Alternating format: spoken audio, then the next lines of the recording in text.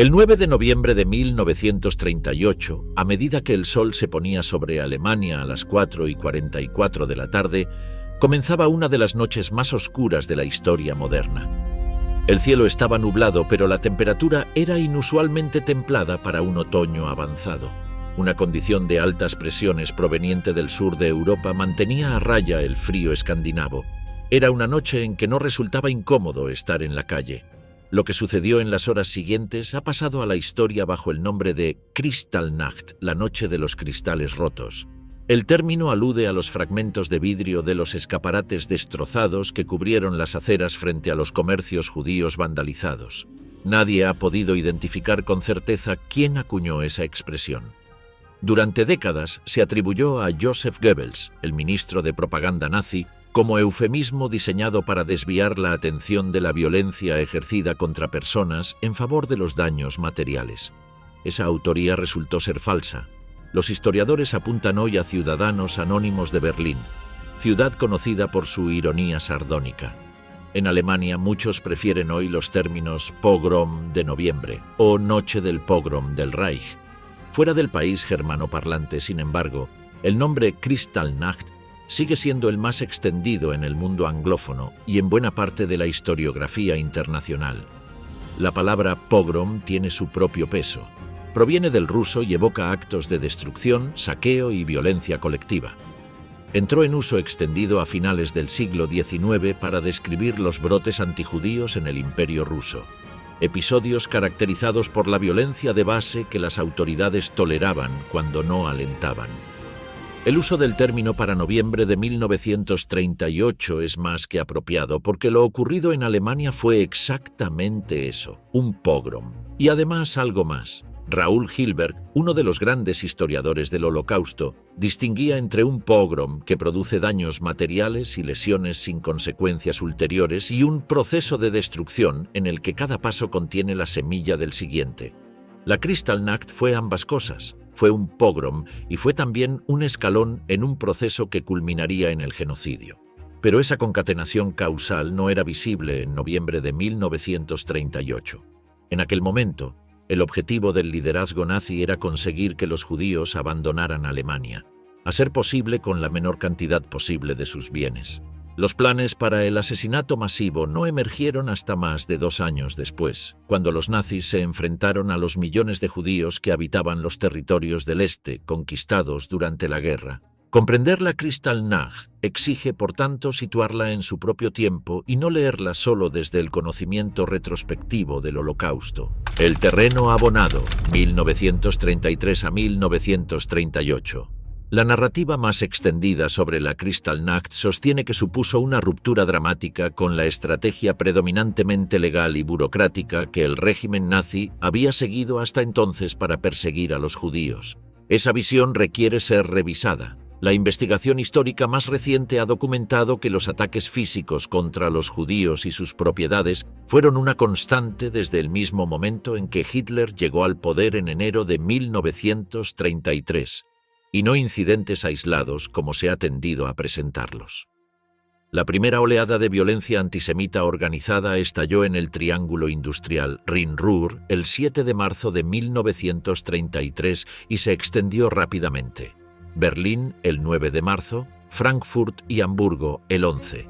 El suroeste alemán el 13, los Sturmabteilung, las tropas de asalto de las SA en uniforme pardo, irrumpían frente a los establecimientos judíos llamando al boicot e intimidando a clientes. Las confrontaciones escalaban con frecuencia hacia palizas y vandalismo. Las SA entraban por la fuerza en hogares y asaltaban a judíos en la calle. El liderazgo nazi reaccionó rápidamente para contener estos primeros desmanes, temeroso del desorden, pero el potencial de brutalidad inherente a la base del movimiento quedó expuesto sin disimulo. La segunda oleada antisemita ocupó los 8 primeros meses de 1935. Su origen estaba en la frustración de los activistas nazis ante la percepción de que la depuración judía no avanzaba con suficiente rapidez ni radicalidad. Los judíos seguían siendo propietarios de muchos negocios. Su exclusión de profesiones y oficios distaba de ser completa. Las ventanas de los comercios volvieron a romperse y los judíos fueron de nuevo agredidos en las calles. Las autoridades locales reaccionaron de manera heterogénea. Algunas intentaron contener la violencia en nombre del orden, otras miraron hacia otro lado. El liderazgo nazi toleró estas acciones criminales como válvula de escape para una militancia de base decepcionada por los compromisos que Hitler había alcanzado con las élites establecidas. La violencia proveniente de la base también proporcionaba pretexto para medidas oficiales de discriminación que así podían justificarse como necesarias para apaciguar a los radicales. En septiembre de 1935 llegaron las leyes de Nuremberg, que definían a los judíos en términos raciales en lugar de religiosos y que prohibían el matrimonio y las relaciones sexuales entre judíos y arios. Otras disposiciones de los años 30 restringieron el acceso de los judíos al transporte público, los parques y otros espacios comunes. En Baviera se llegó a prohibir a los judíos vestir los trajes tradicionales de cuero, el Trachten. Este cúmulo de medidas, reforzado por una propaganda antisemita constante dirigida a distintos sectores de la sociedad alemana, produjo lo que algunos historiadores denominan la muerte social de los judíos alemanes. Su exclusión progresiva de la comunidad nacional, su marginación como extraños en su propia tierra. El año 1938 trajo una tercera oleada de violencia, esta vez de proporciones inéditas. En marzo, la anexión alemana de Austria desató en Viena un estallido de ataques contra judíos que los nazis austriacos vivieron como una celebración y como una liberación psicológica de la contención que hasta entonces habían debido guardar. Rioters saquearon y destrozaron comercios judíos, invadieron hogares y agredieron personas en plena calle. En mayo y junio, en plena crisis de los Sudetes, los incidentes antisemitas se multiplicaron en toda Alemania, especialmente en Berlín. Columnas de activistas nazis recorrían las calles pintando en los escaparates de los comercios judíos, marcándolos para futuras agresiones. Joseph Goebbels, que además de ser ministro de propaganda del Reich era el Gauleiter nazi para la capital, apoyó y alentó activamente estas acciones. «Haremos Berlín libre de judíos», escribió en su diario. «No cederé». En junio, Hitler obligó a Goebbels a frenar la escalada, preocupado por el efecto de los incidentes sobre la prensa y la diplomacia extranjeras, imposibles de ignorar en Berlín. El 9 de noviembre, ese mismo esquema se repetiría, pero con un resultado radicalmente distinto. En junio de 1938 tuvo lugar también la llamada Acción de Junio. La policía detuvo a 10.000 alemanes clasificados como reacios al trabajo o asociales y los envió a campos de concentración. Entre ellos había 1.500 judíos, muchos de los cuales habían sido anteriormente condenados por algún delito. Fue la primera vez que el régimen nazi encerró en campos a un número significativo de judíos por su sola condición.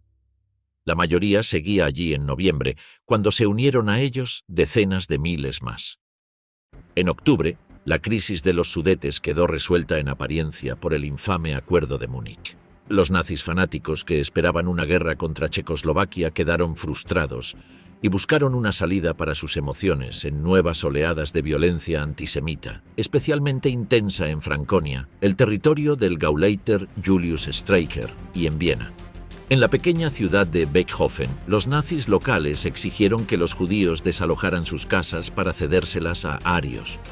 Ante la negativa, los judíos fueron sacados a la fuerza, golpeados y obligados a desfilar descalzos.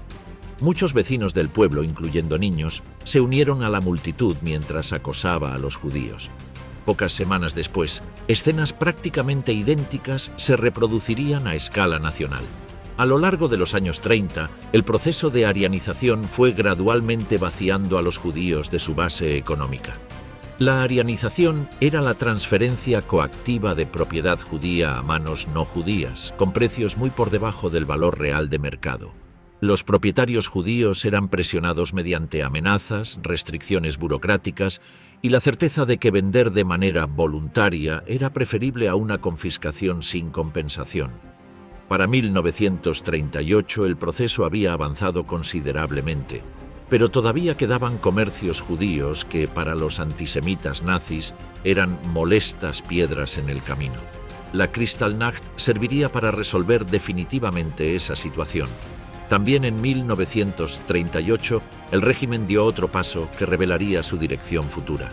La llamada Acción de Junio detuvo a 10.000 alemanes clasificados como reacios al trabajo o asociales y los envió a campos de concentración. Entre ellos había 1.500 judíos, muchos de los cuales habían sido anteriormente condenados por algún delito menor. Fue la primera vez que el régimen nazi encerró en campos a un número significativo de judíos exclusivamente por su condición. La mayoría seguía allí en noviembre, cuando se unieron a ellos decenas de miles más. El 27 de octubre de 1938, el régimen nazi inició la deportación sistemática de los judíos que poseían ciudadanía polaca y residían en Alemania, unos 50.000 en total. Anticipándose a que Alemania intentaría expulsarlos hacia Polonia, el gobierno polaco había adoptado medidas administrativas para impedirles la entrada. La respuesta alemana fue un hecho consumado: la redada y deportación masiva.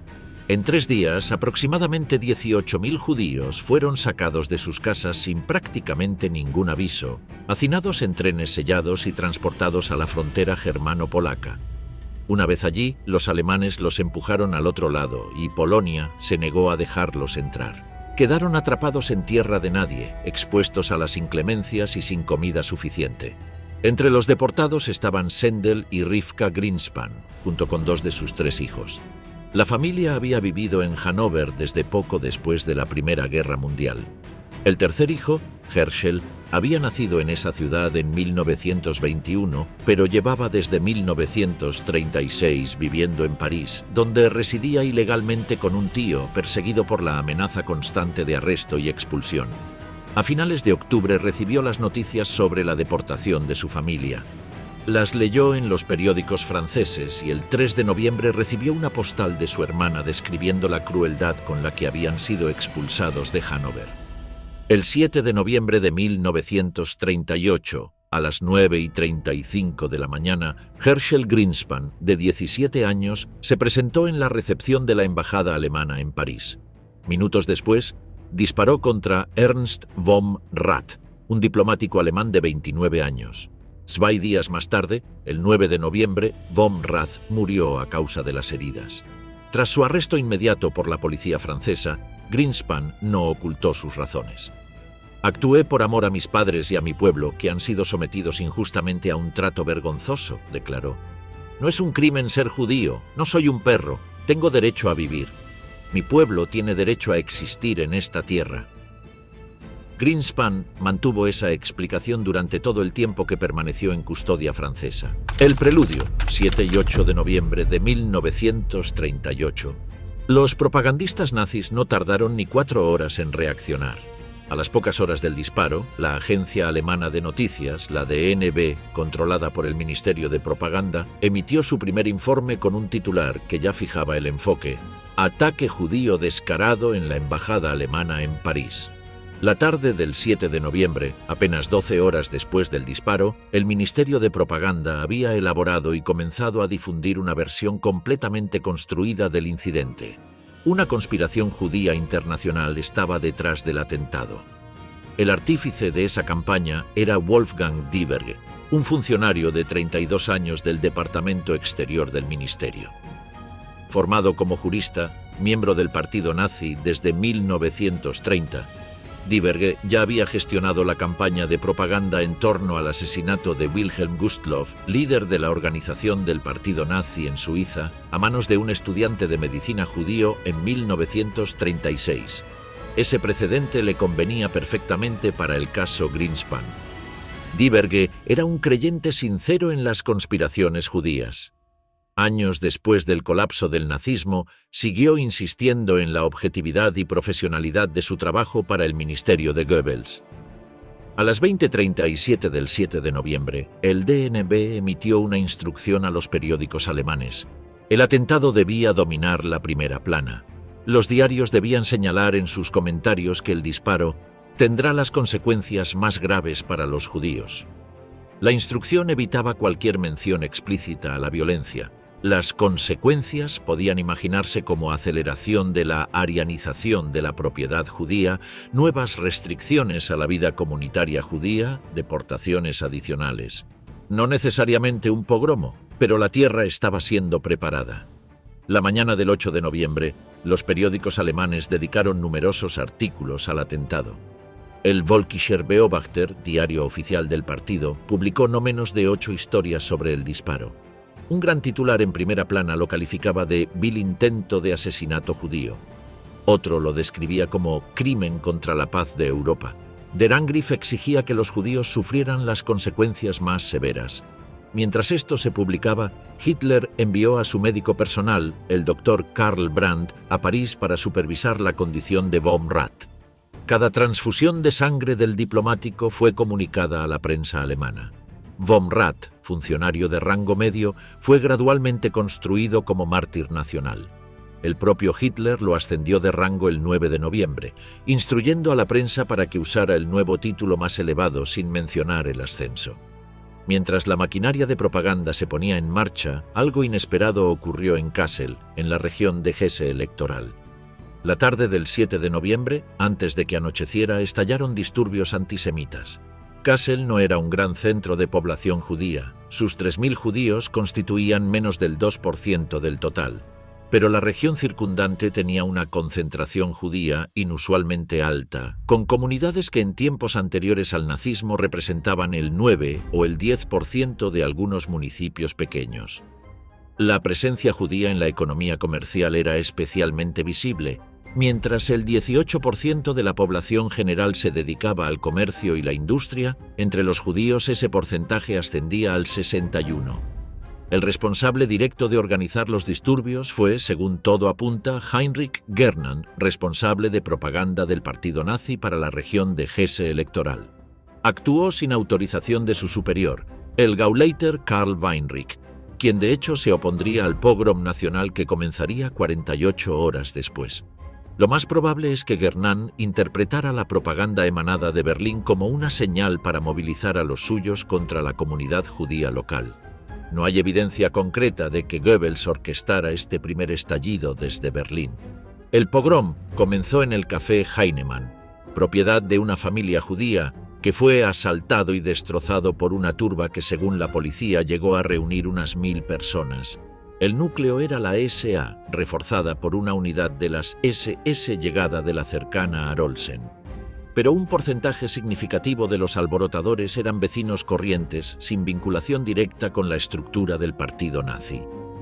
La turba avanzó hacia la sinagoga, donde destrozó el interior y arrojó muebles a la calle, prendiéndoles fuego.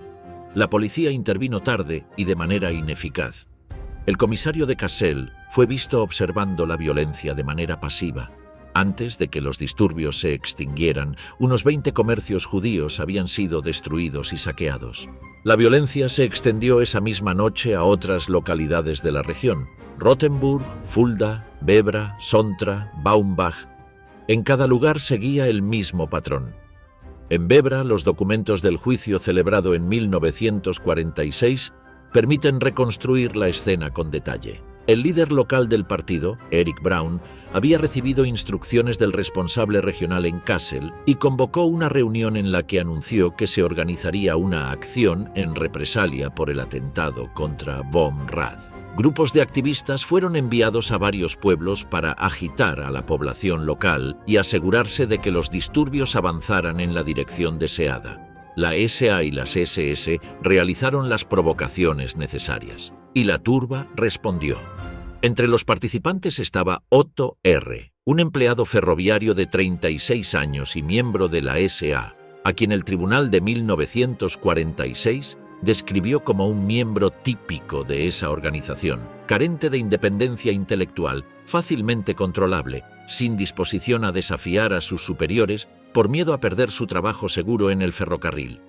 Atacó e inspeccionó varias viviendas judías.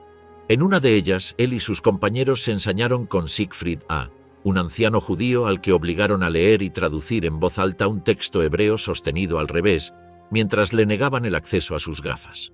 Pero también participó Johannes L., un conductor ferroviario de 53 años, sin ninguna afiliación a la SA ni al partido. Él y su mujer y su hija ya estaban durmiendo cuando el ruido de los alborotadores los despertó. Se vistieron, salieron a la calle y se unieron a la turba. Johannes L. entró en varias viviendas judías y trató en repetidas ocasiones de convencer a sus vecinos para que también participaran. Los disturbios del 7 y 8 de noviembre en Hesse electoral ya anticipaban casi todos los rasgos que definirían el pogrom nacional 2 días después.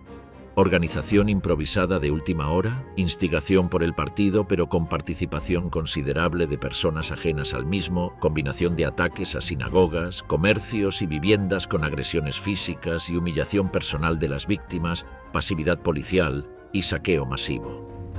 El 8 de noviembre, el pogrom de Hesse experimentó su segunda noche. El partido nazi en la región conspiraba para provocar una segunda jornada de violencia. Al anochecer, el alumbrado público no se encendió misteriosamente en varias localidades.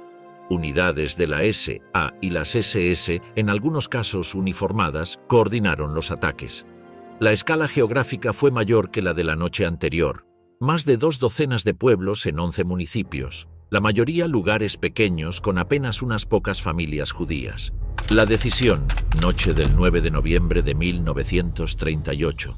El 9 de noviembre era el día más cargado del calendario nazi. Era el aniversario del putsch de la cervecería del 9 de noviembre de 1923, el intento fallido de Hitler de tomar el poder por la fuerza. Cada año, el liderazgo completo del partido nazi se reunía en Múnich para conmemorar ese día en una sucesión de marchas y ceremonias de carga cuasi religiosa. La procesión seguía la ruta que los nazis habían recorrido en 1923 hasta la Feldherrnhalle, donde fueron repelidos por la policía. Se rendía culto a una bandera de sangre del putsch como si fuera una reliquia sagrada. Hitler presidía la ceremonia. El evento completo, de 2 horas, era retransmitido en directo por la radio alemana. En 1938, esa conmemoración del martirio nazi convergió con la campaña propagandística en torno a la muerte de Bohm-Rath. Bohm-Rath falleció a las 5:30 de la tarde del 9 de noviembre. Se convirtió de inmediato en el mártir más reciente de la causa nazi, víctima del terror judío el mismo día en que se celebraba el sacrificio de los mártires del putsch. Para muchos de sus futuros perpetradores, la violencia antisemita que estaba a punto de estallar sería un acto ritualizado de venganza colectiva en un día específicamente dedicado al sufrimiento nazi a manos de los judíos. Mientras los ceremoniales del aniversario del putsch transcurrían en Múnich, un segundo acontecimiento se produjo en la ciudad de Dessau, que también contribuyó a preparar el terreno. A las 3 de la tarde del 9 de noviembre, varias horas antes de que Goebbels diera su discurso, comenzó en Dessau un pogromo local que nadie en el liderazgo central había ordenado directamente. Una multitud atacó e incendió la sinagoga y las dependencias de la comunidad judía. Dentro del edificio, un miembro de la turba tocó el órgano para acompañar musicalmente el vandalismo. Los alborotadores saquearon comercios judíos y destrozaron la capilla del cementerio judío. El saqueo fue especialmente activo entre las mujeres. Todo esto ocurrió bajo plena luz del día, a menos de 1 hora de que concluyera la ceremonia retransmitida nacionalmente desde Múnich. Unas horas más tarde, una nota de la agencia alemana de noticias mencionaba lacónicamente las manifestaciones espontáneas, señalando que la policía había sido convocada para proteger a los judíos. El mes y año de la muerte de Ernst von Rath, a las 5:30 de la tarde del 9 de noviembre en su cama del hospital parisino, convirtió ese día en el crisol perfecto. En Múnich, Hitler estaba al corriente de la muerte del diplomático antes de dirigirse al evento de los camaradas del Ayuntamiento Viejo en torno a las 7 de la tarde. Esa misma tarde, Hitler había sostenido también al menos una conversación sustantiva sobre política judía con Hermann Göring. El Führer le transmitió su frustración ante la inacción de los gobiernos extranjeros que criticaban la política alemana con respecto a sus judíos, pero se negaban a acogerlos como refugiados. Hitler llegó al Ayuntamiento Viejo ya receptivo a una medida drástica. Esa noche, en torno a las 9:30 o 10, Joseph Goebbels tomó la palabra ante los reunidos en el Ayuntamiento Viejo de Múnich. Gauleiter, altos responsables de la SA, las SS y las juventudes hitlerianas. Hitler había salido poco antes de manera abrupta, rompiendo con su costumbre de permanecer con sus camaradas hasta bien entrada la noche. Ese abandono prematuro respondía a una estrategia. El Führer necesitaba lo que hoy se llamaría negación plausible. Como jefe de Estado y líder supremo del pueblo alemán, Hitler no podía ser vinculado directamente con acciones que eran manifiestamente ilegales según el derecho alemán vigente. Goebbels transmitió el mensaje. El Führer había autorizado que los disturbios espontáneos que ya estaban ocurriendo en varios lugares no fueran frenados. Las sinagogas debían ser incendiadas, los comercios judíos destruidos. La policía no debía intervenir. Los bomberos actuarían solo para proteger la propiedad aria. El saqueo quedaba expresamente prohibido. Las armas debían ser confiscadas a los judíos. El Tribunal Supremo del Partido Nazi, que investigó los hechos en un informe secreto de febrero de 1939, fue rotundo en su conclusión. Las instrucciones verbales de Goebbels fueron interpretadas por todos los dirigentes presentes como la señal de que el partido debía organizar y ejecutar los disturbios, aunque sin aparecer formalmente como su iniciador. No preparados ni organizados por el partido, e insofar como surgieran espontáneamente, no debían ser impedidos, decía la formulación oficial. El tribunal la calificó de intento transparente de crear negación plausible. A las 11:55 de la noche del 9 de noviembre, Heinrich Müller, jefe de la Gestapo, transmitió por Telex el primer conjunto de instrucciones a las oficinas de la Gestapo en todo el país. El Telex tenía 4 puntos principales. Aviso de que acciones contra los judíos comenzarían en breve, con sinagogas como objetivo principal. Instrucción de incautar materiales archivísticos de las sinagogas. Orden de preparar el arresto de entre 20 y 30.000 judíos en todo el Reich, dando prioridad a los más adinerados, y medidas severas contra los judíos hallados con armas. 1 hora y 20 minutos después, Reinhard Heydrich, superior de Müller, emitió un segundo Telex más detallado. El segundo documento reflejaba la improvisación del primero. Heydrich había tenido que redactar una versión mejorada en plena madrugada. Esto demuestra que ni Himmler ni Heydrich habían sido incluidos en la planificación con antelación. El Goebbels de esa noche no era el director de una operación cuidadosamente preparada. Era el catalizador de un pogromo improvisado. La prueba está en el caótico proceso de transmisión de órdenes. Los Gauleiter y otros altos cargos que habían escuchado a Goebbels tuvieron que ponerse en fila en el Ayuntamiento Viejo para usar los pocos teléfonos disponibles, o corrieron de vuelta a sus hoteles. No tenían instrucciones escritas, tenían que reconstruir de memoria, con garabatos apresurados, lo que habían escuchado. Cada eslabón de la cadena de mando era un punto potencial de mala comunicación. Algunas de las atrocidades más graves de la noche, incluidos varios asesinatos, fueron consecuencia directa de órdenes malinterpretadas o distorsionadas al bajar por la jerarquía. El pogrom, 9 y 10 de noviembre de 1938. Para que el pogrom pudiera ejecutarse, era necesario neutralizar a la policía alemana. En noviembre de 1938, el mando sobre todas las categorías de policía estaba centralizado bajo las SS y en particular en la persona de Heinrich Himmler.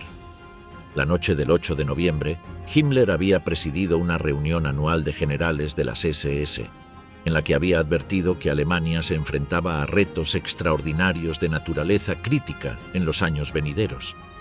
Hablando sobre el enemigo judío, había declarado a sus generales que el judío no podrá sobrevivir en Alemania. Es una cuestión de años, y había prometido que Alemania los expulsaría con una ferocidad sin precedentes. Hay debate entre los historiadores sobre si Himmler y Heydrich fueron incluidos en los preparativos del pogrom antes de la noche del 9 de noviembre.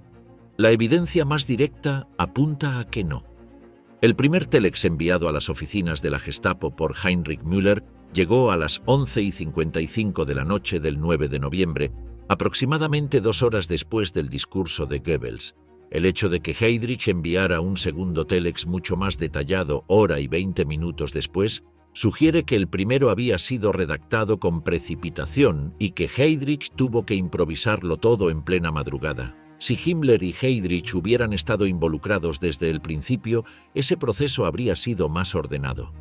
Lo que sí es claro es que Himmler estaba con Hitler en el apartamento privado del Führer en Múnich entre las 11 de la noche y la medianoche del 9 de noviembre, poco antes de que Müller emitiera sus instrucciones a la Gestapo. Ambos aparecieron juntos a medianoche en la Feldherrnhalle para presidir la ceremonia de juramento de nuevos reclutas de las SS. Una acción de la magnitud del arresto de 30.000 judíos requería la autorización del Führer, y Himmler la tenía. La SA no era simplemente un instrumento esperando instrucciones. Durante años, sus miembros habían sido empapados en una cultura de antisemitismo que mezclaba resentimiento de clase, envidia económica y certeza ideológica de que los judíos eran el enemigo fundamental del pueblo alemán. La propaganda nazi les había enseñado que la riqueza judía era riqueza robada, que los judíos explotaban a los trabajadores honestos, que los problemas de Alemania tenían un origen judío. Para muchos miembros de la SA, la noche del 9 de noviembre era simplemente la confirmación de lo que siempre habían sabido que iba a llegar: el día de ajustar cuentas. Esto explica la rapidez con la que los perpetradores actuaron, la escala de la violencia y también la energía con la que algunos de ellos abordaron una tarea que nadie había planeado semanas antes. El pogrom no fue un plan maestro ejecutado con precisión militar. Fue la confluencia de instrucciones desde arriba, predisposiciones desde abajo y oportunidades que el momento creaba. El pogrom, que se extendió por Alemania a partir de la madrugada del 9 de noviembre, fue instigado, sancionado y organizado por el liderazgo del país, ejecutado principalmente por miembros del partido nazi y sus organizaciones auxiliares, y habilitado por la policía. Los disturbios no fueron simultáneos en todo el país. Comenzaron, alcanzaron su punto álgido y terminaron en momentos distintos en distintos lugares durante un periodo de aproximadamente 24 horas. Se extendieron a cientos de comunidades, la inmensa mayoría ciudades pequeñas y pueblos donde solo vivían unas pocas familias judías. Los protagonistas centrales del pogromo fueron los miembros de la SA. Las tropas de asalto de camisa parda tenían entre veintitantos y mediados de 40 años. La mayoría había ingresado en el partido después de enero de 1933, aunque una minoría significativa eran viejos combatientes con vínculos más antiguos. Aunque todos los segmentos de la jerarquía socioeconómica alemana estaban representados entre los Stormtroopers que cometieron actos de violencia, la gran mayoría pertenecía a las clases trabajadora y media-baja. Muchos eran comerciantes y trabajadores cualificados. La noche del 9 de noviembre, los Stormtroopers de toda Alemania estaban participando en las festividades embriagadoras del aniversario del Putsch cuando llegaron las instrucciones de movilizarse para la acción antijudía. La cultura masculina de taberna y camaradería que caracterizaba a la SA, combinada con el estado de ebriedad de algunos de sus miembros, ayuda a explicar por qué, en ciertos casos, la violencia superó los límites fijados por el liderazgo nazi esa noche, llegando hasta el asesinato, la violación y el robo a gran escala. No obstante, la mayoría de los crímenes cometidos durante el pogrom los llevaron a cabo hombres que no actuaban bajo los efectos del alcohol. El papel de las SS en el pogrom ha tendido a ser subestimado. La imagen que se ha impuesto es que la violencia frenética y caótica era más propia del estilo bronco de la SA que del modo metódico de las SS, organización que en 1941 tomaría a su cargo el asesinato sistemático de los judíos europeos. Pero las SS también participaron activamente en asesinatos durante la Kristallnacht y en algunos casos de manera deliberada. En Aschaffenburg, ciudad de 40.000 habitantes en la frontera entre Baviera y Hesse, una pequeña unidad de hombres de las SS decidió en las primeras horas del 10 de noviembre ejecutar un plan propio. El grupo lo encabezaba Heinrich T., un tendero de 27 años miembro de las SS desde 1933, que trabajaba también como auxiliar en la fábrica de ropa de su suegro y sentía una rivalidad económica directa con los empresarios judíos del textil local. Al irrumpir en la vivienda de la familia L., exclamó: «Esto es por el señor von Rath», y disparó mientras le decía a su víctima que ya no podría explotar más a los campesinos alemanes. El señor L. sobrevivió. El grupo fue luego a observar la sinagoga en llamas y allí Heinrich T. anunció: «Vamos a por el judío del grano». Identificó a Alfons V., un comerciante de cereales, como su siguiente objetivo. Lo sacaron de su casa, lo llevaron en coche a las afueras y le soltaron una retahíla de acusaciones rituales. Había explotado a los campesinos y violado mujeres cristianas. Alfons V. protestó que no había hecho nada. «El señor von Rath tampoco había hecho nada y era alemán», respondió uno de los SS. Ya se acabó para ti. Tienes que pagar por lo que tu gente ha hecho. Heinrich T. disparó repetidamente. Sus compañeros dejaron el cuerpo en la carretera. Un lechero en su ronda matutina encontró a Alphonse Sube todavía con vida y lo llevó al hospital. Murió 6 días después. La cifra oficial de judíos muertos durante la violencia del pogrom que las autoridades nazis establecieron fue de 91, basada en informes policiales. Esta cifra no incluía los suicidios ni el número significativamente mayor de judíos que morirían en los campos de concentración en las semanas siguientes.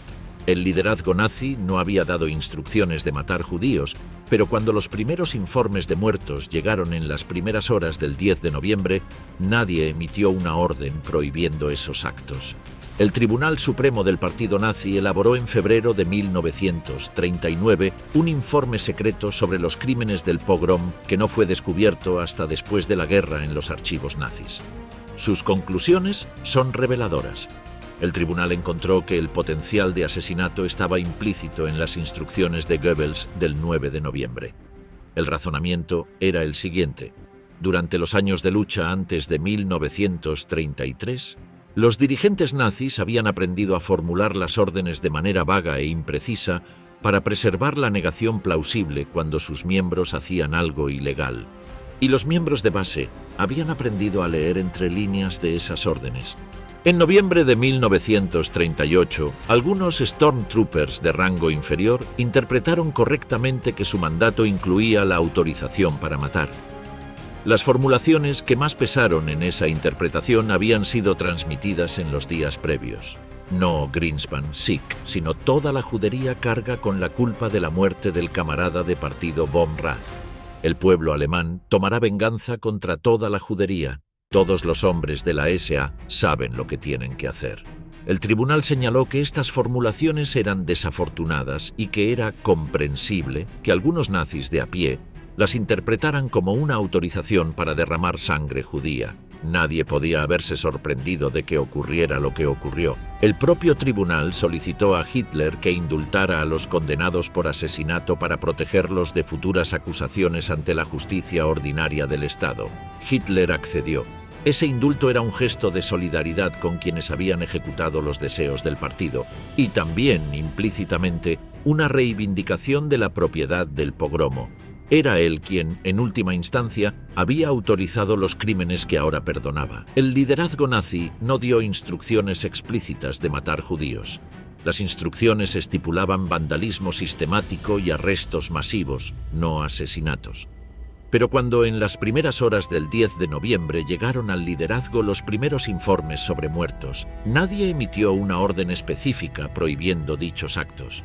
Cuando un funcionario nazi en Múnich sugirió a Goebbels que los asesinatos podían hacer que el pogrom se descontrolara, el ministro de propaganda respondió que no había que preocuparse por un judío muerto.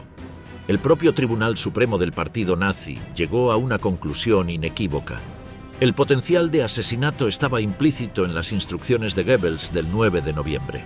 Durante los años de lucha antes de 1933, los dirigentes nazis habían aprendido a formular órdenes de manera vaga e imprecisa para preservar la negación plausible cuando sus miembros hacían algo ilegal. Y los miembros de base habían aprendido a leer entre líneas. En noviembre de 1938, algunos Stormtroopers de rango inferior interpretaron lógicamente que su mandato incluía la autorización para matar. Las formulaciones que más pesaron en esa interpretación fueron no Greenspan, Sieg, sino toda la judería carga con la culpa de la muerte del camarada de partido von Rath. El pueblo alemán tomará venganza contra toda la judería. Todos los hombres de la SA saben lo que tienen que hacer. El caso de Lesum, un pequeño pueblo cerca de Bremen, ilustra con precisión cómo la cadena de mando improvisada podía derivar en asesinato. Johann Heinrich Böhmker, jefe nazi de Bremen, llamó desde Múnich a su jefe de Estado Mayor, Rompagel, con instrucciones precisas: destruir todos los comercios judíos, incendiar las sinagogas, confiscar las armas a los judíos y, si los judíos oponen resistencia, liquidarlos.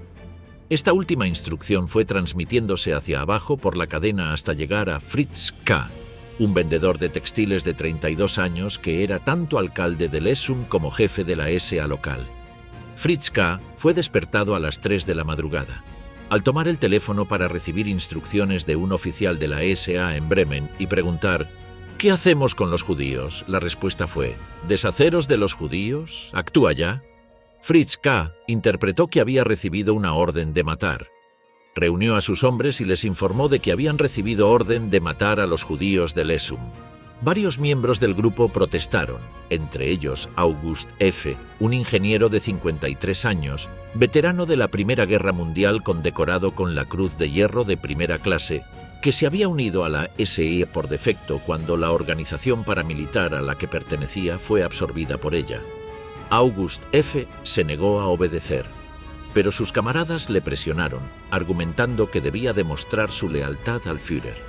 Le pusieron una pistola en la mano y le señalaron a la víctima, el Dr. G., un médico judío retirado de 78 años, conocido en la localidad por haber atendido gratuitamente a pacientes pobres y desempleados. La mujer del Dr. G., de 65 años, se interpuso entre August F. y su marido. August F. le disparó 2 veces. Luego apuntó al Dr. G., que intentó cubrirse dándole la espalda. La pistola falló. Cuando August F. la ajustó y disparó de nuevo, 4 balas alcanzaron al anciano por la espalda. Ambos murieron. No había habido ninguna orden directa del liderazgo nazi de asesinar judíos en Lessum, pero el potencial asesino ya residía en el corazón y la mente de algunos de los hombres de la SA allí presentes, y fue precisamente ese potencial lo que Hitler y Goebbels desencadenaron la noche del 9 de noviembre. El asesinato en Lessum no fue representativo del pogrom en su conjunto, pero sí ilustra varias de sus dinámicas centrales. A lo largo de Alemania, la violencia tomó formas diversas pero reconocibles. Las sinagogas fueron incendiadas en prácticamente todas las comunidades con presencia judía.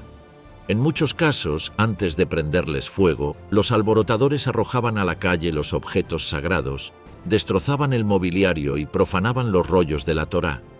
Las viviendas y comercios judíos fueron invadidos, destrozados y frecuentemente saqueados a pesar de las prohibiciones explícitas de la dirección nazi. El saqueo fue tan generalizado que algunos fiscales de posguerra lo consideraron parte integrante de la violencia y la humillación perpetradas contra los judíos alemanes en noviembre de 1938. Una proporción significativa de los saqueadores eran mujeres, vecinas que se apropiaban de ropas, juguetes y muebles pequeños que los hombres de la SA arrojaban a la calle desde el interior de los establecimientos. Las juventudes hitlerianas y los escolares tuvieron un protagonismo central que la memoria colectiva ha tendido a suprimir. El 10 de noviembre, que originalmente debía haber sido un día normal de colegio y trabajo, fue escenario de episodios en los que clases enteras de estudiantes fueron sacadas de sus aulas y dirigidas por sus maestros hacia objetivos judíos. Los niños destrozaban escaparates con piedras, humillaban a vecinos judíos que conocían de toda la vida y en algunos casos participaron directamente en palizas. En Baden-Baden, el director de la escuela primaria liberó a los alumnos y los animó a gritar «¡Al infierno con los judíos!», mientras se reunía a la población judía en las calles. Los niños fueron recompensados con caramelos. En Grosslinden, el alcalde en persona se presentó en la escuela primaria el 10 de noviembre e instruyó al director para que movilizara a los alumnos. Unos 200 estudiantes de los cursos más avanzados fueron conducidos por sus maestros hasta un grupo de viviendas judías. Mientras los adultos forzaban la entrada en las casas, los estudiantes comenzaron a arrojar piedras contra las ventanas. 2 niños judíos y su tía fueron arrastrados a la calle y entregados a los estudiantes, que los golpearon con piedras y les escupieron. En fábricas y lugares de trabajo, grupos enteros de empleados fueron movilizados a corta distancia para participar en los disturbios. Con frecuencia, era el propio empleador quien encabezaba la acción. En Wolfersheim, el líder local del partido nazi había organizado para ese día la participación de los trabajadores de la empresa Gefrag, donde él mismo estaba empleado. Al llegar al trabajo esa mañana, los obreros recibieron la notificación de que participarían en una acción antijudía para protestar por el asesinato de Ernst von Rath. Algunos eran miembros de la SA, la mayoría no. El grupo resultante sumaba cerca de 150 personas. Una gran multitud de curiosos se sumó al desfile, observando cómo la SA y los trabajadores de la Jefrag invadían las casas de los hermanos Julius y Hermann R., dos comerciantes judíos cuyos negocios vecinos fueron devastados. Los atacantes aprovecharon para quemar los papeles que documentaban las deudas de alemanes locales con los comerciantes judíos. La destrucción de tales documentos no fue en absoluto un caso aislado en el pogrom. En muchos lugares la violencia servía también para hacer desaparecer obligaciones financieras con vecinos judíos. El liderazgo nazi no había emitido instrucciones sobre la humillación ritual de los judíos. Sin embargo, esta ocurrió en un número enorme de localidades, como si respondiera a una gramática compartida de degradación colectiva. En Laubheim, unos 20 judíos fueron obligados a caminar en círculo continuamente en un salón de mercado, sin que se permitiera descansar ni a los ancianos. Luego fueron conducidos a la sinagoga ardiente y forzados a arrodillarse ante ella. En Heppenheim, los judíos fueron obligados a despejar los escombros de la sinagoga que ellos mismos habían demolido y luego marchar por la ciudad en un desfile de humillación hacia la cárcel. En Düsseldorf, judíos de ambos sexos fueron obligados a desfilar descalzos en pijama sobre los cristales rotos que cubrían el suelo. En Viena, los judíos eran forzados a marchar por las calles cubiertos con mantos de oración y pergaminos desgarrados de la Torá. En una ciudad del norte de Alemania, hombres judíos fueron encerrados en una escuela frente a la sinagoga ardiente y forzados a contemplar cómo miembros de las SS jugaban al fútbol con un rollo de la Torá. Uno de los SS entró al edificio y exigió ver al rabino, le afeitó la barba delante de los demás y trató de obligarle a discutir sobre religión. Cuando el rabino se negó, el SS le increpó a gritos: «Somos más fuertes que vuestro Jehová». La violencia también alcanzó a los más vulnerables.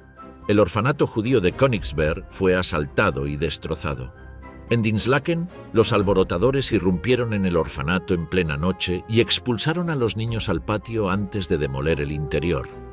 En Emden, los residentes del hogar de ancianos judíos, todos con entre 70 y 80 años, fueron sacados de la cama y obligados a marchar frente a la sinagoga en llamas. Como forma adicional de tormento, se les hizo hacer flexiones y otros ejercicios al aire libre. En Nuremberg, los Stormtroopers invadieron el hospital judío y obligaron a los pacientes a ponerse firmes, incluyendo a los que estaban en mal estado y a los que acababan de ser operados. Varios murieron a causa de embolias y hemorragias. La Kristallnacht puso a los funcionarios civiles alemanes ante un dilema insalvable. Entrenados y juramentados para mantener el orden y proteger a la comunidad, recibieron durante el pogromo instrucciones explícitas de abstenerse de hacer su trabajo. En prácticamente toda Alemania, la inmensa mayoría de los policías cumplió exactamente lo que se le ordenaba, que era quedarse de brazos cruzados. Hubo excepciones. Wilhelm Creutzfeldt, capitán de policía en Berlín, se hizo célebre por haber salvado la gran sinagoga de la Oranienburger Straße, la más grande e impresionante arquitectónicamente de la ciudad. Según el relato, Creutzfeldt y algunos agentes bajo su mando se enfrentaron a un grupo de Stormtroopers que intentaba destruir el edificio. Los mantuvieron a raya a punta de pistola y ordenaron a los bomberos sofocar el incendio ya iniciado. Invocó su responsabilidad de hacer cumplir una ley que protegía los edificios históricos. Al día siguiente, el jefe de la policía berlinesa, el conde Heldorf, le reprendió, aunque sin imponerle ninguna sanción formal y permitiéndole retirarse sin incidentes. Creutzfeldt es hoy reconocido en Alemania como héroe de la Kristallnacht. Más común fue la actitud de los policías en Großkrotzenburg. Recibieron orden de tolerar las acciones del partido contra los judíos y obedecieron. Cuando más tarde llegó la instrucción de poner fin a la violencia y prevenir el saqueo, también obedecieron. En Lich, el jefe de policía, que personalmente desaprobaba el pogrom, entró en la sinagoga que una turba de jóvenes apedreaba y rescató los rollos de la Torá antes de que pudieran ser profanados, depositándolos en el sótano del ayuntamiento. No hizo nada para detener el pogromo, pero expresó su disidencia a través de ese pequeño gesto de decencia. Los campos y el amanecer del 10 de noviembre. Para decenas de miles de judíos alemanes, la experiencia más aterradora del pogrom no fue la violencia en la calle, sino la oleada de arrestos masivos y las deportaciones posteriores a los campos de concentración.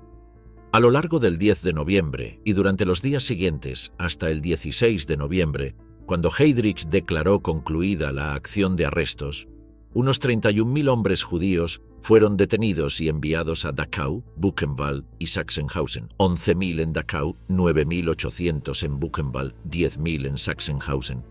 Los arrestos se ejecutaron de manera muy desigual. Las palizas, la humillación y la tortura acompañaron a muchos de ellos, aunque en algunos casos los detenidos fueron tratados con mayor humanidad. La diferencia dependía en gran medida de quién llevaba a cabo el arresto. Los policías profesionales tendían a respetar los procedimientos, mientras que los hombres de la SA y las SS, muchos de los cuales habían sido improvisadamente comisionados como auxiliares, solían comportarse con mayor brutalidad. En Viena, donde la violencia del pogrom había sido especialmente intensa desde la anexión de Austria en marzo, el trato de los detenidos alcanzó niveles extremos. La redada masiva comenzó a las 5 de la mañana del 10 de noviembre. A lo largo del día, la SA patrulló la ciudad buscando judíos en cafés, hoteles y la calle. Los lugares de detención provisional incluyeron escuelas, un claustro y una vieja cuadra. En la cuadra, los prisioneros debían mantener los brazos en alto para que cupieran más personas en el espacio. Algunos fueron obligados a gatear sobre el pavimento de adoquines, sin comida ni agua durante horas, sin poder usar el baño.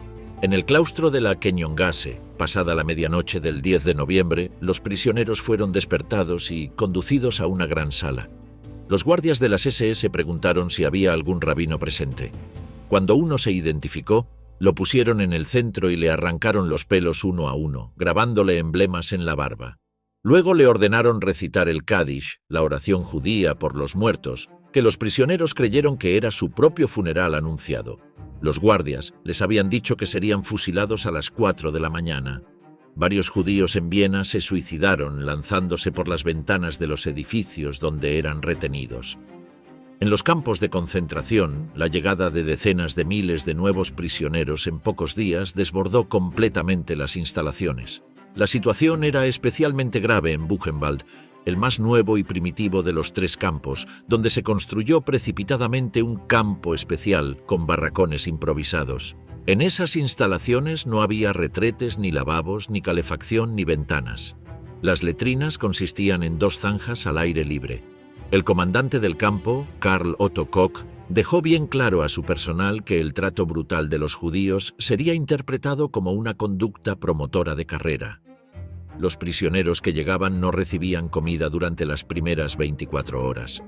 Cuando ésta aparecía, no siempre era un alivio. En un caso, una comida de patatas provocó un brote masivo de diarrea y los prisioneros sospecharon que la comida había sido adulterada con un laxante. Una humillación favorita de los guardias de Buchenwald era lo que llamaban cargar la mierda, obligar a los prisioneros a trasladar heces humanas de las letrinas primitivas al jardín con utensilios de cocina o con las manos desnudas. La unidad judía asignada a esa tarea recibió el apodo de Comando 4711, en alusión al número de marca registrada del Eau de Cologne. Entre noviembre de 1938 y principios de 1939, varios cientos de prisioneros judíos murieron en los campos. Muchos murieron a manos de los guardias, otros se suicidaron lanzándose sobre las alambradas electrificadas. Muchos fallecieron de ataques al corazón provocados por el esfuerzo físico extremo o por la exposición al frío del otoño tardío y el invierno. Otros murieron por falta de medicamentos esenciales como la insulina para diabéticos. El régimen comenzó a liberar gradualmente a los detenidos a finales de noviembre. El propósito de la detención no era el exterminio, sino la coacción, forzar la transferencia acelerada de la propiedad judía a manos arias y la rápida emigración de los judíos de Alemania. Los que tenían papeles de emigración en regla eran liberados antes.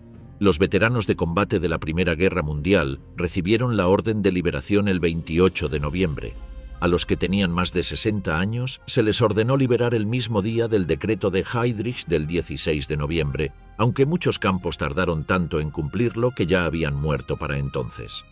Al salir de los campos, los prisioneros recibían una advertencia: no hablar de lo que habían experimentado. Se les amenazaba con que agentes nazis vigilaban a los emigrados incluso en Norteamérica y que quienes hablaran acabarían de nuevo en un campo o sus familias en Alemania sufrirían las consecuencias.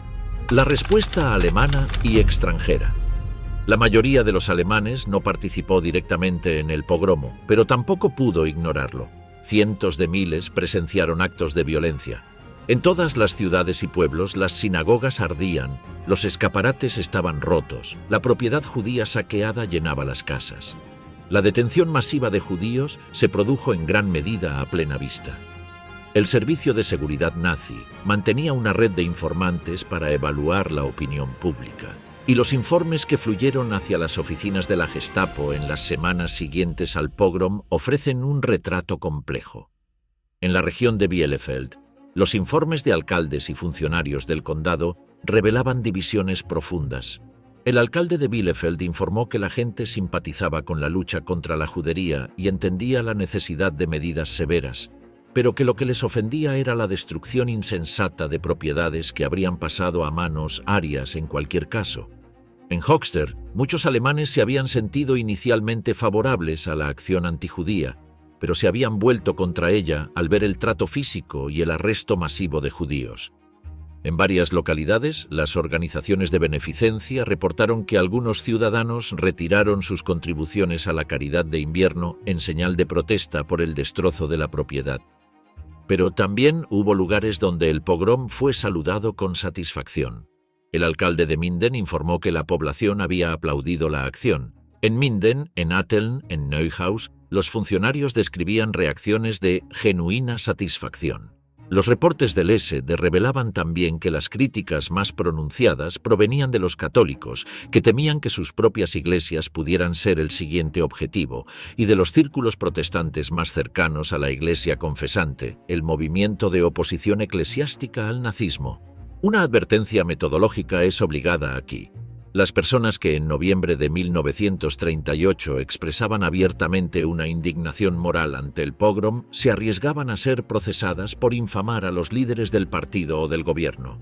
En Múnich solo, entre noviembre de 1938 y marzo de 1939, los fiscales abrieron 32 casos de ese tipo.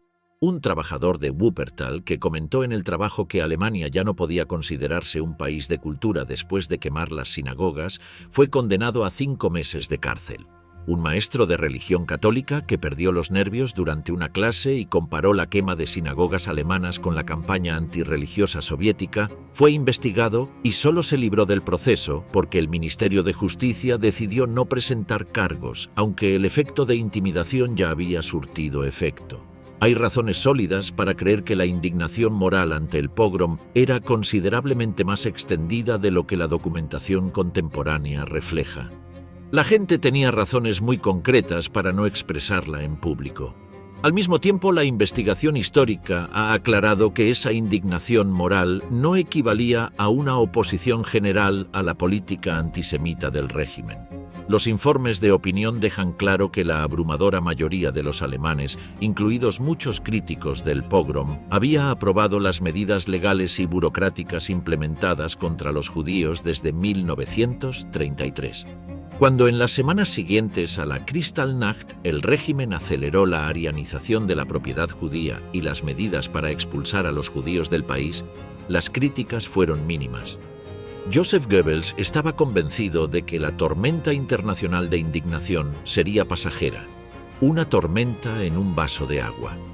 Se equivocó de manera fundamental.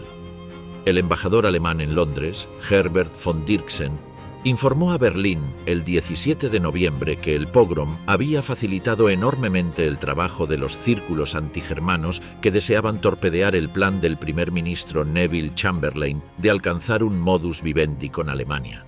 Aquellos sectores de la opinión pública británica que habían apoyado activamente la amistad anglo-nazi habían quedado paralizados. El embajador en Washington, Hans Dickhoff, envió un informe igualmente sombrío el 14 de noviembre. Hasta el 10 de noviembre, grandes sectores de la sociedad estadounidense, incluida la comunidad germano-americana, habían mantenido una actitud comparativamente reservada o incluso favorable hacia Alemania. Ya no era así. La indignación no venía solo de los judíos, sino con igual fuerza de todos los campos y clases. Ese mismo día los Estados Unidos retiraron a su embajador en Berlín para consultas. Alemania respondió con la retirada del embajador en Washington. Los dos países no volverían a intercambiar embajadores hasta 1949. Las consecuencias inmediatas y el caso Greenspan. El 12 de noviembre, Hermann Göring presidió una reunión de casi 100 funcionarios del gobierno y del partido nazi en el Ministerio del Aire del Reich. Su objetivo principal: planificar la siguiente oleada de medidas legales y burocráticas para acelerar la transferencia de la propiedad judía a manos arias y forzar la emigración judía. Göring, furioso por haber sido dejado al margen cuando Goebbels y Hitler iniciaron el pogrom la noche del 9 de noviembre, no ocultó su crítica. «Ya me he hartado de estas manifestaciones, que al final no perjudican a los judíos sino a mí, que soy en última instancia el responsable de la economía». Le preocupaba la destrucción de bienes de consumo, de propiedad del pueblo. En esa reunión también se abordó el problema de las compañías de seguros. El pogrom había generado reclamaciones potencialmente masivas. El director de Allianz explicó el dilema de la industria aseguradora. Legalmente, las compañías no estaban obligadas a cubrir daños por disturbios interiores, debido a que el gobierno nazi había eliminado esa cobertura bajo el argumento de que tales disturbios simplemente no podían ocurrir bajo el régimen nazi, pero si no pagaban, perderían credibilidad ante asegurados en el extranjero. La solución final fue un mecanismo perverso. Las compañías pagarían las reclamaciones de los perjudicados judíos, pero el dinero sería inmediatamente confiscado por el Estado. Además, Göring emitió ese mismo día la famosa orden que imponía a los judíos alemanes una contribución de expiación colectiva de 1.000 millones de marcos del Reich. Los 30.000 hombres judíos que en ese momento languidecían en los campos de concentración ni siquiera fueron mencionados en la reunión.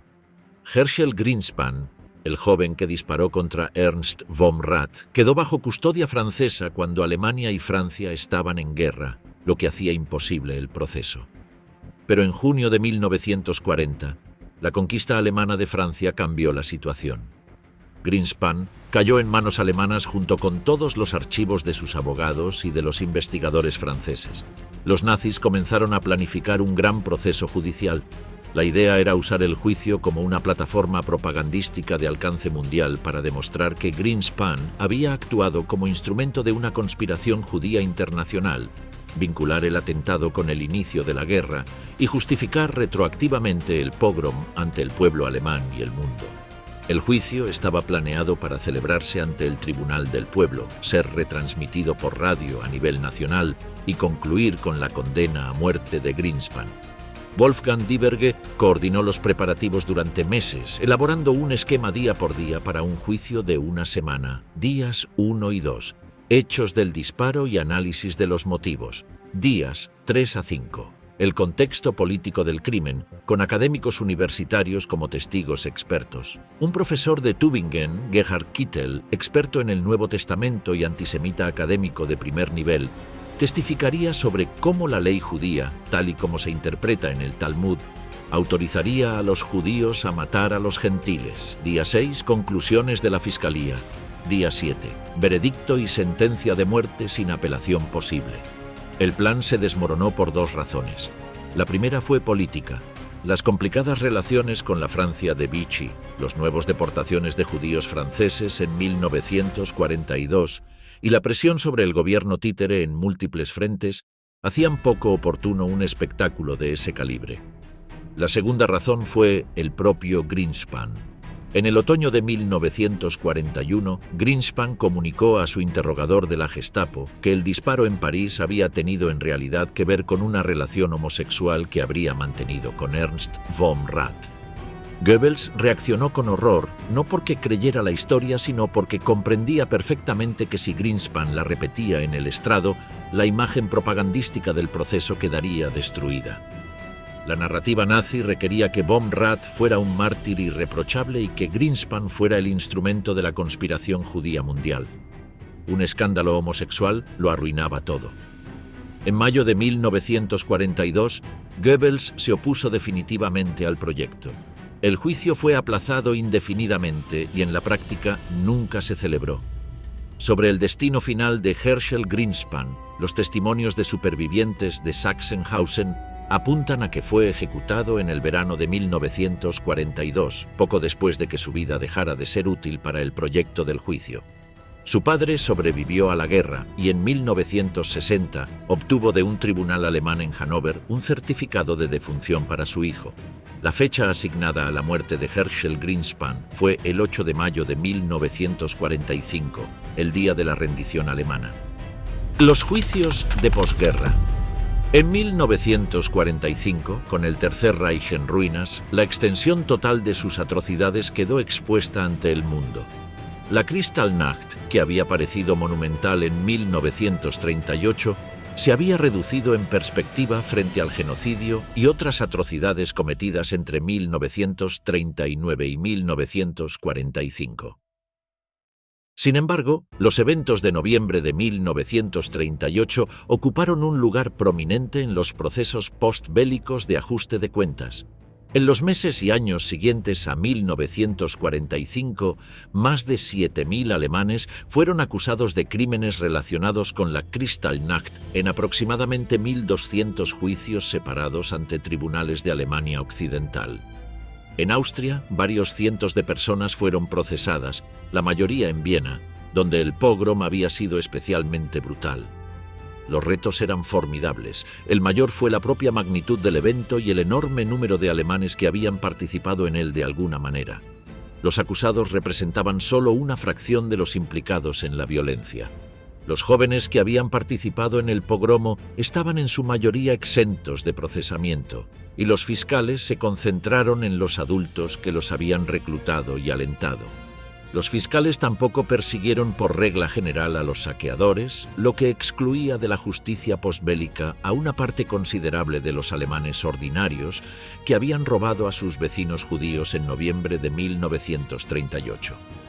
La escasez de jueces no contaminados por el nazismo era otro obstáculo. El sistema judicial y la magistratura alemanas habían sido nazificados entre 1933 y 1945. Los juicios no podían aparecer como una justicia de los vencedores, como muchos alemanes percibían los procesos de Nuremberg. En las zonas de ocupación occidental, los tribunales operaban sobre la base del derecho penal alemán existente, no sobre las innovaciones legales introducidas en Nuremberg como la acusación de crímenes contra la humanidad. Eso significaba que el asesinato, las agresiones y los actos contra el orden público siguieron siendo los cargos estándar. La dependencia del testimonio oral era otro problema serio. Los crímenes habían ocurrido casi una década antes. Los recuerdos eran imperfectos y muchos testigos mostraban una capacidad selectiva sospechosa. Jueces y fiscales constataron repetidamente que los acusados y testigos abiertamente se reservaban la verdad. Algunos testigos señalaban a determinados acusados durante la instrucción previa al juicio solo para retractarse en el estrado. En casos donde la participación de los cabecillas no podía ser documentada con precisión, sus subordinados eran condenados mientras ellos quedaban libres. La defensa de órdenes superiores resultó más eficaz para los policías que para los hombres de la SA. Los tribunales simpatizaban más con el predicamento de los agentes de policía, para quienes la jerarquía y la obediencia a la autoridad civil eran principios fundamentales de conducta profesional. Un tribunal llegó a argumentar que la mayoría de los bomberos que habían dejado arder las sinagogas eran personas de pensamiento simple, a quienes no cabía exigir un acto de desobediencia en el entorno represivo de la Alemania nazi. Pese a todas las limitaciones, algunos juicios sí produjeron condenas significativas. En 1946, 4 hombres condenados por la destrucción de la sinagoga de Bamberg recibieron penas de 5 a 7 años. En 1948, en un caso de asesinato en Bremen, 2 hombres fueron condenados a 10 y 15 años respectivamente. En el caso de Aschaffenburg, Heinrich T., el hombre que había sacado a Alfons V de su casa, le había dado un discurso sobre sus infames actos de explotación y luego lo había fusilado al borde de la carretera. Fue condenado a 15 años de prisión. En 1950, Un tribunal de Düsseldorf sentenció a un acusado a cadena perpetua por el asesinato de un judío en la localidad de Hilden. La ley de amnistía aprobada en Alemania Occidental el 31 de diciembre de 1949 supuso el gran obstáculo final. La norma establecía que las sentencias de menos de 6 meses de prisión por crímenes nazis no serían ejecutadas. El efecto práctico fue desincentivar a los fiscales para perseguir a los implicados en los delitos menores.